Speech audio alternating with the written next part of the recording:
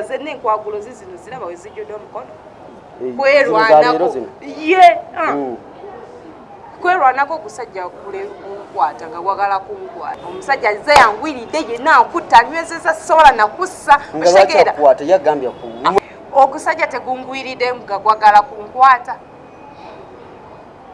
okusajja guwalusimbi toyina nampisa osiibuuse olingama nakola atya okusajja gungwidde gwagala kukwata zena guntakude naye ngusimbye enkokola mbulago genda oli enkoko yo oba tofudde na bwali bwati mu empale yonna emusimbye bali bweti mukubye etteke n'okugulu kuno kunnuma tokuba ensigo za munno.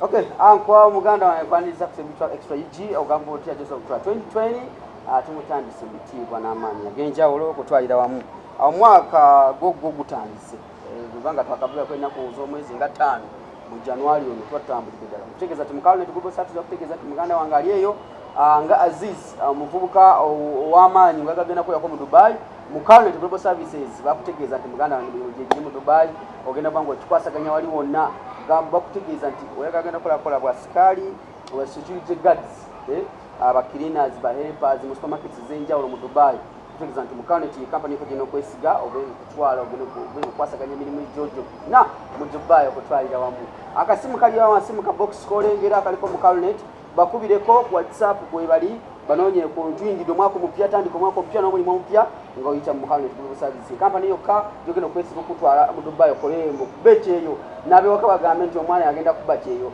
yagenda kwaluma mu za beach ku byabulamu yagenda simanya bayite batya yo bajira atya Marina kubuga buzi ate ngati ndino omusama we Dubai si we Dubai oli we Dubai kwade mu Dubai ensonga zizo n'abamanyezi simanyizo Sharjah simanya antu abadde mu Sharjah eyo tugenda mu Deira abana bafumba akamira Mpombo African Restaurant atangati Hassan ku Mpombo Hassan the Rocks ku Mpombo African Restaurant ne Hajjati bannange muri mu Cheka Febo buli bulungi wow awonako lwaleero eno interview nange ndi mu mawulire naye egenda kwevuga yokka sinza givuga awonako lwaleero omwana muwala ono mukwano gwange tuludde ebbanga bwabakomyewo Uganda anoonyako ebbanga lino mbadde mulaba muno mu ggwanga nga simanyi nali manyi yaddayo naye kati kenaze nasinga okulaba ku nyingo gamba batuwadde embugo waliko odinga dingojja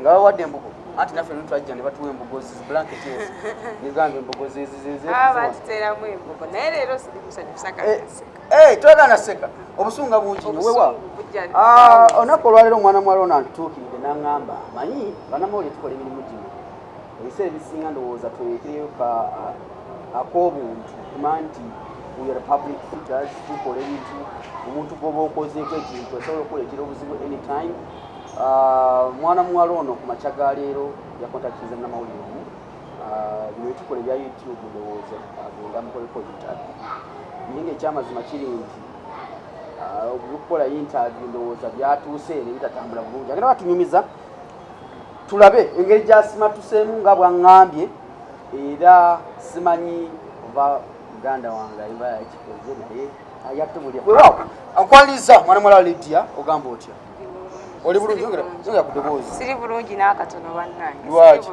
toli bulungi sooka obuze kuba tulaba kati abalabi ba celebrity track mu namba yamusiza amannya Lydia the princess the pearl of kingdom nga bulijjo baita kingdom mpazi baita te Bugwere kingdom the princess of Bugwere kingdom wow atayina kyatya njagala nswazo n'omunnamawulire atayina mpisa akuza atya kati tutandike tutya bitambudde bitya mwatandika mutya n'okutuuka ku lunaku olwaleero so nali ndi awo kanjeyo message zonna ku TikTok ndi awo ku TikTok ndaba message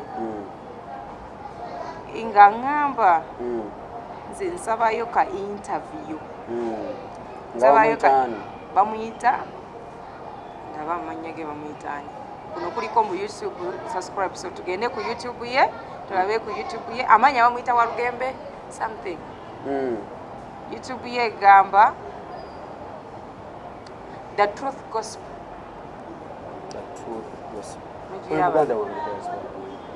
Douglas Walugembe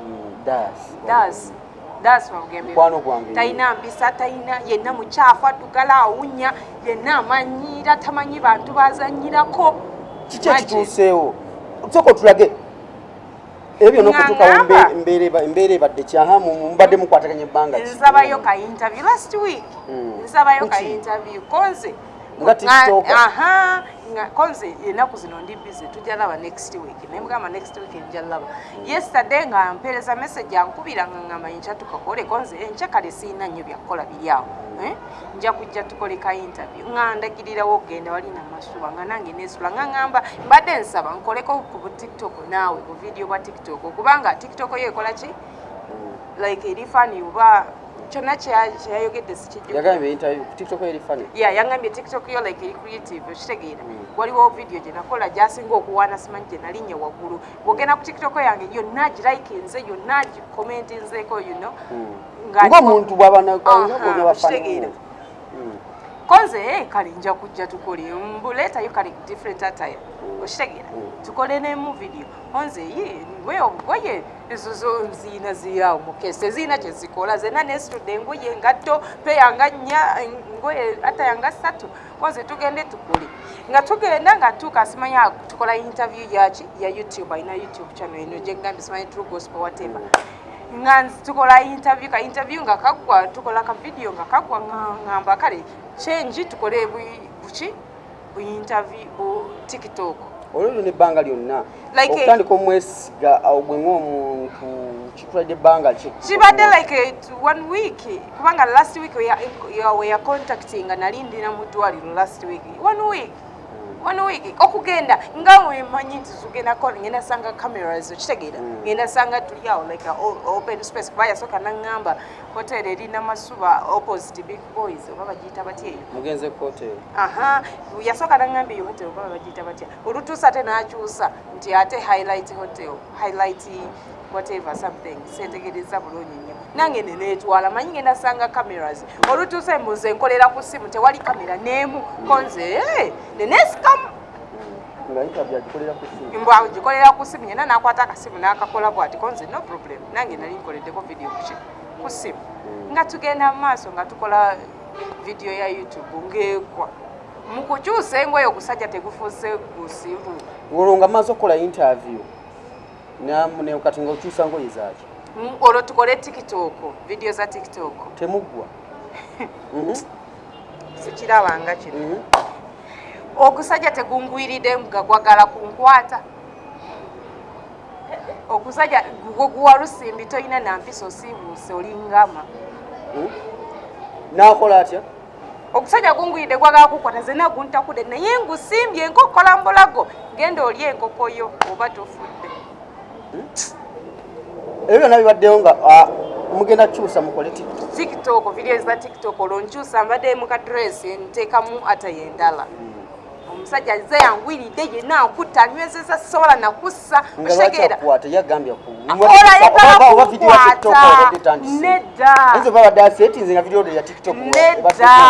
nedda kisajja tekirina ebadde siini nga ya TikTok video nga kabadde katandise nedda zenna enkwagulo zizino ziraba we zijjudde omukono kwerwanako ye kwerwanako okusajja kunkwata nga wagala kunkwata nze kyeŋŋamba nti awo byonna bibaddewa woga nti adde abyakukwata kirabika video ya TikTok ebadde ekoze etya nedda ssebo zekola TikTok nina video za TikTok 10 manyi what is the scene of TikTok manyi scene ya video buli video olwakutte ogyemu kateeteeyi olwo nteekamu empale ndi half went empale eri wano ey'omunda ogigemu ey'omunda mweri nteekamu eno yennyini gyendimu era oluvuddeyo nenkukubira eno yennyini gyendimu nga gyenteekamu bwenti oba yabadde agala kutandikira ku paati eyo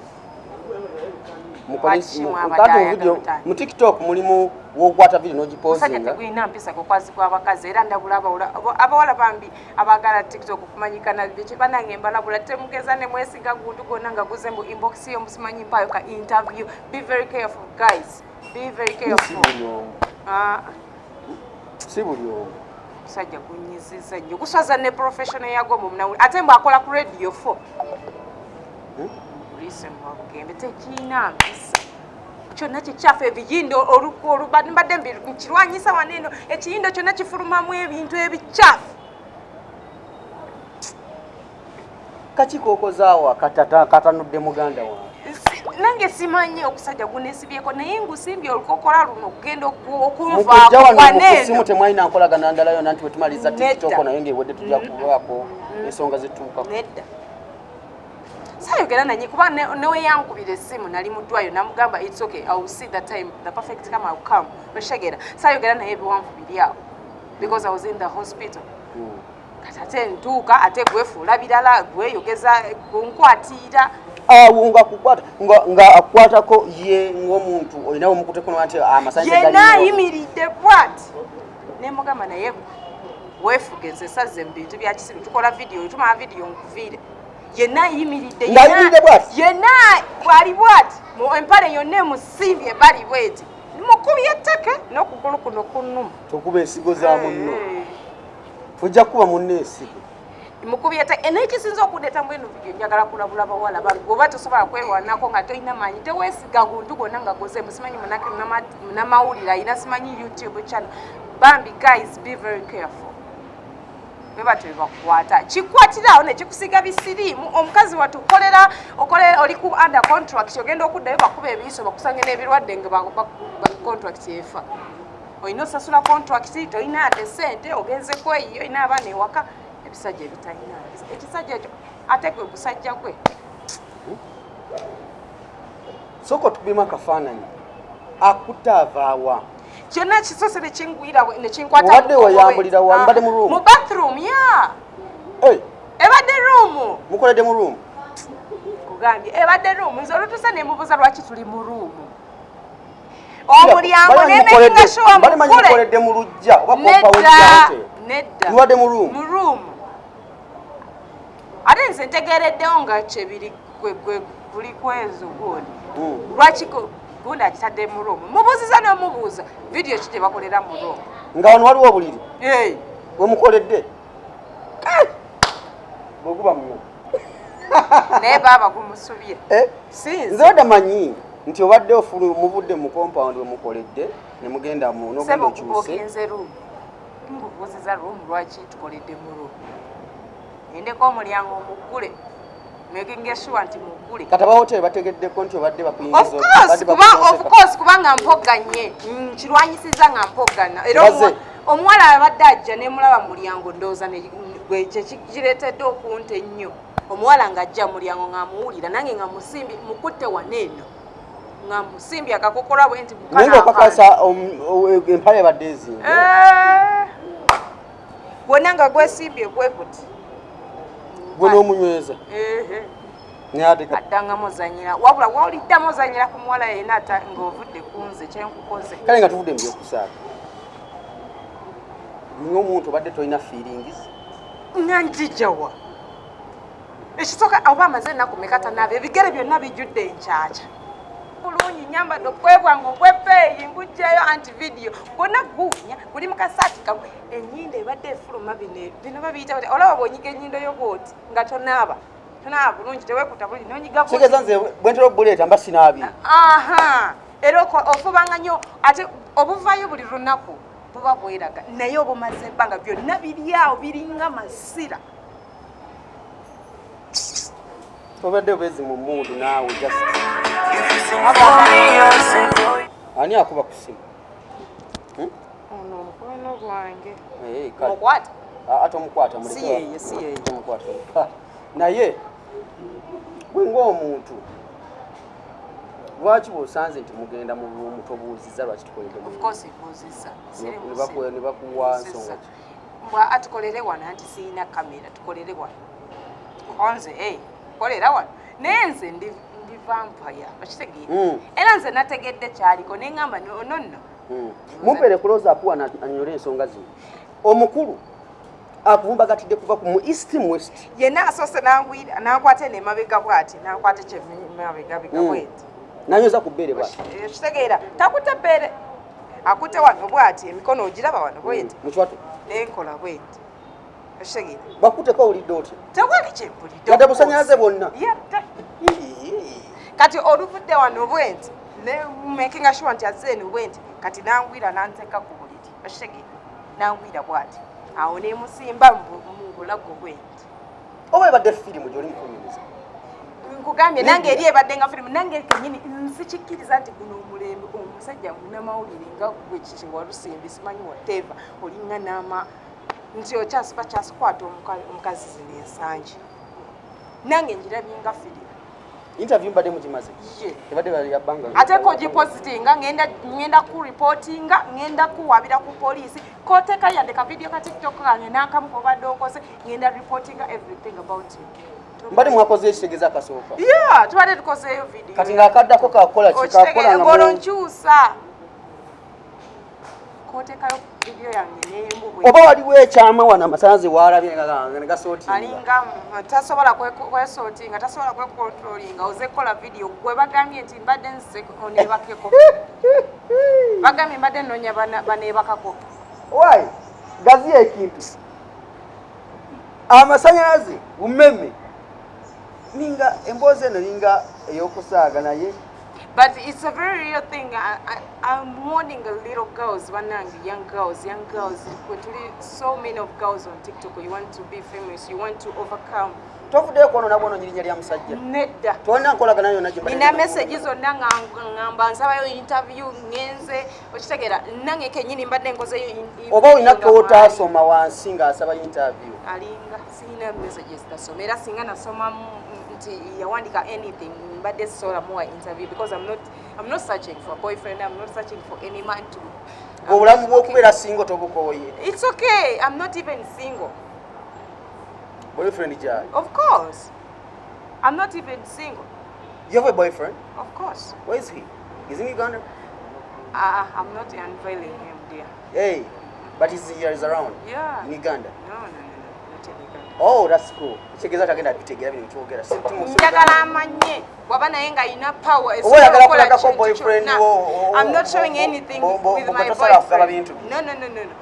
Since waba sola kye nakola njagala naye waba ina influence yonna oba ina power yonna njagala guno okusajja kuswale tuoninge abaana abato baleme kugetinga in danger. Obadde yayanira nnyo okubeerako ku interview ng'omuntu. Of course buli omu bw'ontukira n'oŋŋamba njagalayo interview. Of course wemba njagala nange njagala nenzija nenkuwa interview. Of course tekirina tabo bangi abakyagala si nze nzekka. Oshege abaana babeereyo as a TikToker. Nfunayo ka interview so that I get more influence. Ku TikTok okozesa mannya ki? Lydia Presence. Yeah. Oterateekako video nga ziriko ki? Of course, intekayo videos. It's very funny, very creative. Yeah. To talk about my videos. Petano. Video. Uziri zoteekayo zikyamula abasajja. Era kati era interview. Ompayo di interview. Jakukuba gwe divorce. But olwaleero ddochika. I'm telling you, chengudeko olwaleero. Very early in the morning, like I've waked up in the morning, I made up my sofa, I'm going to an interview, and then I leave my knees. As a person, nga gwomu. Osimbudde ovudde wa. Ogenzeko ku kitimba bakubuuze ku bibuuzo. Okitegeera? Ninga tuli mu nyimbo kabamu. Togenda kukabamu. No, sigenda kukaba olwa makeup. Twaga makeup akulukusa. Ga makeup wanga. Anakulukuta. Naye ndabanga anakaaba. Kabamu. Sagala kaba. Ne busungu bubuuzi. Ne gwe ng'oyiga bubi ate. I'm telling you. Kati omanyi lwaki ne wano okubuuliza Lydia. Nze ndaba either muyinza okuba mwina enzikizana gye mwatuukako negaana okuyitamu.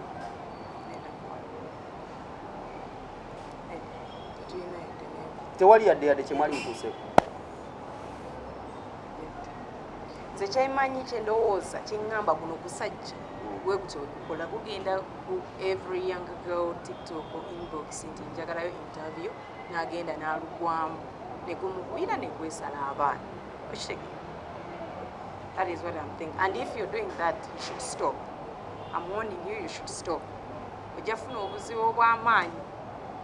Obadde tomanyi nti nina wala wenyinza okgenda n'ekwogerako. Olowooza ndi wano bwe nti under anyone. nange olufulumye sina kyemunyeze nga nfuluma esimu gyonkubidde obadde ovaayo ye bw'ovuddeyo gw'osoose kkubira gwe gwensoose kkubira divorce njagala guno okusajja kunswala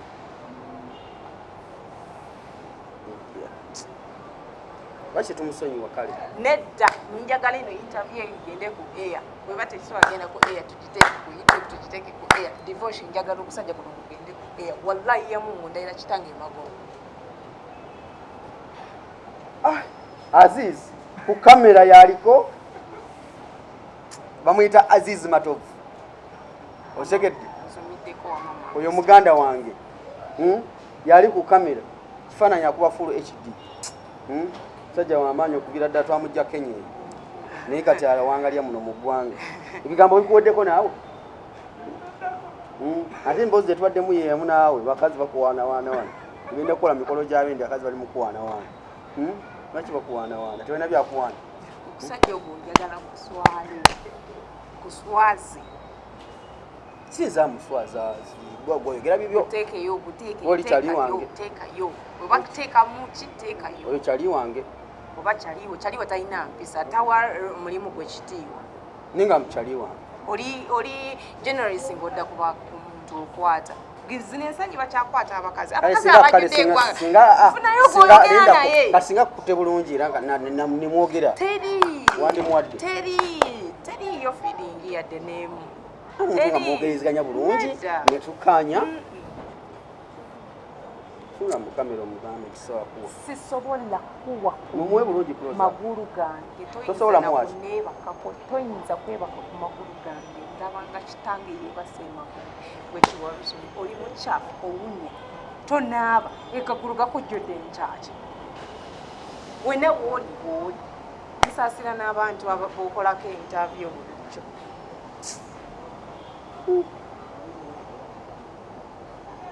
zisobola so don't cry kuba makeup ajja kulukuta saagala ne makeup wange kulukuta ojja kukaabira wano makeup akulukuta tudde mubizibu birala uyitiye bwe babeebuuza ate yayingire siyafulumye osegedde kitwagala makeup kulukuta naye embeera bwete weeri agamba atya ndugwa mamita nsajja ndugwa Francis awo kuterefayina musajja w'amaanyi ene kooti yagimpadde ekoti yagireese okuviira ddala taata aveeyo Kuala Lumpur najje ne kooti ndugwa Francis musajja w'amaanyi waggulu awo era omulaba ebifaananyi awo kuterefayina awo ku social media manti omusajja yakikuttemu oyo ekoti yagireese byebyo kwegamba nti Azizi ku kamera bwetyo otambudde olina ekigambo bwogera okusembyayo okuweereza abawala abali eyo abawala bonna ekisinze n'okundeeta bannammwe abawala abato abangi ku TikTok twagala nnyo omumanyika yes naye there is your time wait for your time omuntu tekugeza nekukulimba nekukubuzaabuza jangu ngenda kukolako interview nina influence ngenda kuteeka ku TV ngenda kuteeka YouTube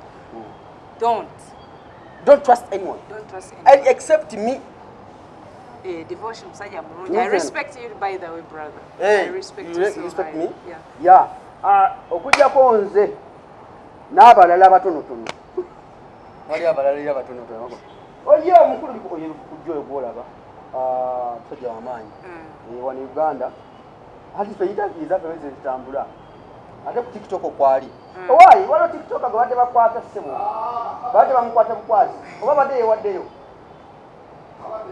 waliwo badde bamukwata bukwasi ssebo bamugenze bamukoleko interview ne bamusajja namufulira nanansi omusajja gubadde gungwiridde byanseko naye nga nga bwetwogera ku TikTok bikukugira omu ku bannayuganda bali ku TikTok abakikwatidde ennaku zino akikubira ddala era mu maanyi nnyo bikukujjo kitambula ki ku TikTok kitambula ki ku TikTok si bibi naye lwakuba ndi mabega wa kamera saagala bandabe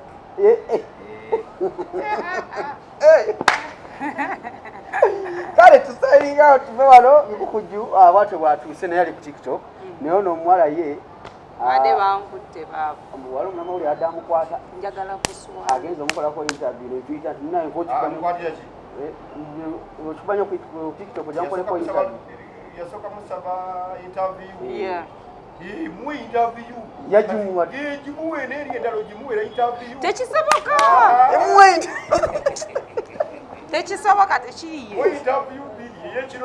tekiriyo endagala bbiri musana nakiro sajja ku ssimu tegulina namagezi nze batadde azizi ku kamera tutegeeza nti mukano ne global services bakutegeeza nti muganda wange miri mu Dubai era nga mwanyinaze ono bwakulya mu Dubai nabadde mu Dubai lwembeera mu Dubai tobaamu mbeeramu bakuba naawe kusanga ndi busy manyi we tubeera ku mirimu buli mukodo bukodo batutwaleeyo ompayo dira mu 10 mba nkuyiseeko buli lwajja Dubai mbeera ndi busy ate lwenvaayo ku mulimu ng'ate owese mukano ne global services bakutegeeza nti muganda wange mu mwaka guno mupya 2022 mirimu gye giri mu Dubai aba security guards ba helpers ba maids mu Dubai mulimu obaddeyo ennaku zino badde ba aviation loaders kutegeeza nti muganda wange ogenda kukola nkwetika emigugu okugiteeka ku nnyonyi ne bakinazi mu nnyonyi emirimu gyegiri essaawa eno okutegeeza nti enamba eri wansi awo bakubireko yogera ne Uncle Michael mukalazi wa mukalnet enamba ze ziri wansi toyogera na muntu yenna nga seeza enamba ebbiri eziri wansi awo mu kabokisi